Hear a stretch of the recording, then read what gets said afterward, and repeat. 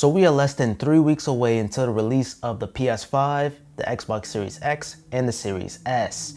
In this video, I'm gonna share with you guys next-gen ready accessories. Now, picking up a new console, you may want to pick up a brand new gaming headset. Just because of these consoles, they support Dolby Atmos, you have 3D sound, 3D audio, you may want to get a new headset to support that. My good friends over at Corsair sent me out their new gaming headset. This is the HS75XB wireless. This is officially licensed for Xbox, instantaneously connect directly to the Xbox Series X, or if you have an Xbox One, this will also be supported. And something to keep in mind of, this will not work on PlayStation consoles, so that goes for the PS5 or the PS4. If you want to pair this up to your PC, you will have to purchase the Xbox wireless adapter. In terms of the sound quality, this features a high quality, custom tuned 50mm audio drives to deliver superb sound quality. So experience the game world with immersion of sound. I haven't tested these headsets out completely because I don't have the Xbox Series X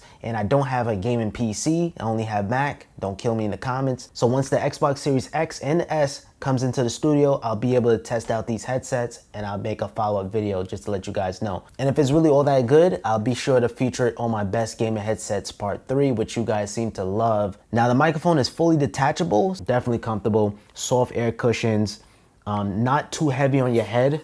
And also, you're not gonna have that bulkiness. Now, in terms of the controls, on the left ear cuff, you have a volume rocker up and down. You do have a mute button and you have your Type-C for charging. No wire connection whatsoever.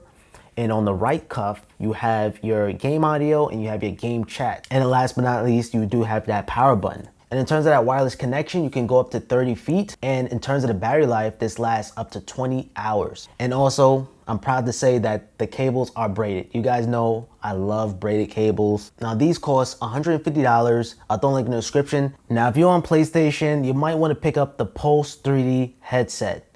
Like I mentioned before, these consoles are focusing on game audio. And to get the best experience, you might want to pick up the headset. And I definitely did have my order on pre-order, and actually it should be available on October 30th. If it comes on the 30th, I'll be sure to unbox it and review it. So make sure you guys subscribe with notifications on if you guys want to see that. And when you look at the PlayStation headset, you notice there's no microphones whatsoever. The microphones are actually hidden and you have dual microphones. Cannot wait to test these out. You also have in-game audio to chat mix controls, which is impressive. You also have a wireless adapter included inside the box. And you also have a 3.5 jack, so you could plug these up directly to your PS5 controller. Now, when you get in a headset, you want to treat that headset with care. And the best way to do that is with the Tilted Nation RGB headset stand. And I gotta say, this is impressive. You have RGB, super bright. You have USBs on the side so you can charge your controller, charge your device, charge your iPhone, whatever the case may be. The logo shining on the bottom too as well. You have this middle piece, so if you play your games on PC, you can have the mouse cord right here on this thing, so it's not gonna be all cluttered. Now there's two colors, you have white and black, and honestly, they both look gorgeous. Maybe I might prefer the white because it matches the aesthetics of the room. You have a touch capacitive button of the power so you can cycle through the colors. I know I'm focusing too much on the audio side of things, but I wanna feature this one. Now I don't have it, I'm just gonna talk about it.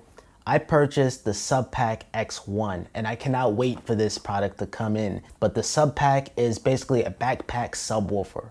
This is gonna be the best product of 2020, in my opinion. It's gonna be my favorite. Just to have that bass and seeing other people's reactions, just get you hyped up. Woo! Oh my God. Is it worth it?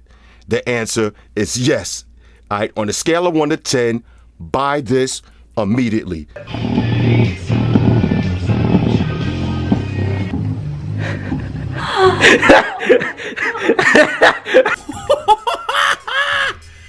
What? Oh, wow.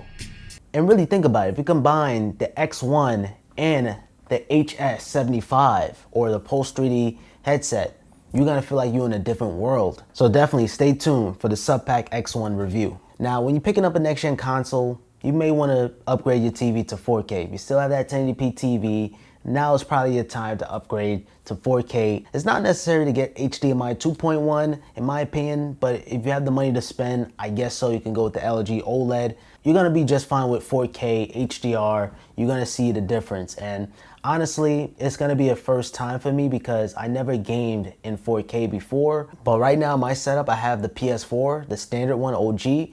I never had the PS4 Pro. I never even had the Xbox One X. So this is gonna be my first 4K gaming device. I seen a couple of 4K movies and I saw 4K YouTube. So yeah, I mean, it's not necessary to upgrade your TV, but it's recommended because you have that 4K. That's what these consoles are mostly gonna be about. Now, HDMI 2.1 is a nice cherry on top if you want 4K at 120 frames per second. And also you have an impressive 8K at 60 FPS, which is impressive. But the consoles can support 8K at 30. So, hey, I don't think we're gonna see any 8K anytime soon. I guess we gotta wait for the consoles to mature. I'm completely fine with my Samsung Q60R. I'm fine with that. When you upgrade your TV, it's really only between Samsung and LG. You do have other reliable brands also, but if you want the best experience, the best 4K HDR experience, those are the two brands. And as I mentioned before, we have support up to 120 frames per second on these consoles. I have a portable gaming monitor from G-Story. This support up to 165 Hertz. So yeah, that is just incredible. So although I have a HDMI 2.0, not 2.1, I have a gaming monitor that supports it. So I'm not left out here. And the reason why I recommend a gaming monitor or a portable gaming monitor is because it's always that situation where you may need to get a small TV. Perfect example, Thanksgiving is coming up. You know how it is. We bring a PlayStation, everybody's getting together and playing. If there's no TV or you're in a small space, you can take out the gaming monitor. It's gonna easily fit in your bag and you have a gaming experience right there. So there's always a situation like that. This is a monitor, guys.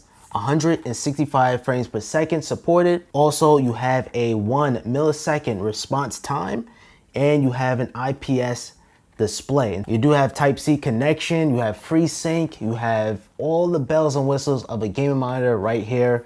Now, this can only go up to 1080p, no 4K. So 4K isn't on this monitor. But in my opinion, that's not necessarily a bad thing just because, well, the screen is small. You're not gonna really see a massive difference on a 15-inch display. And you have like a protective case on there. So if you wanna put in your bag, you could just close it up. It kind of reminds me of a iPad Smart Portfolio case.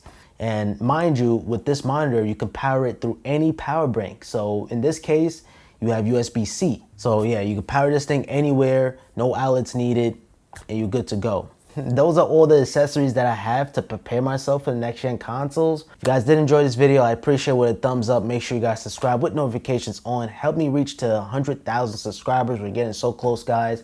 We gotta push, we gotta grind. We in this together as family. And this is a 55-inch TV here, and I have it on ambient mode, so it just looks fancy, showcasing the lights and everything.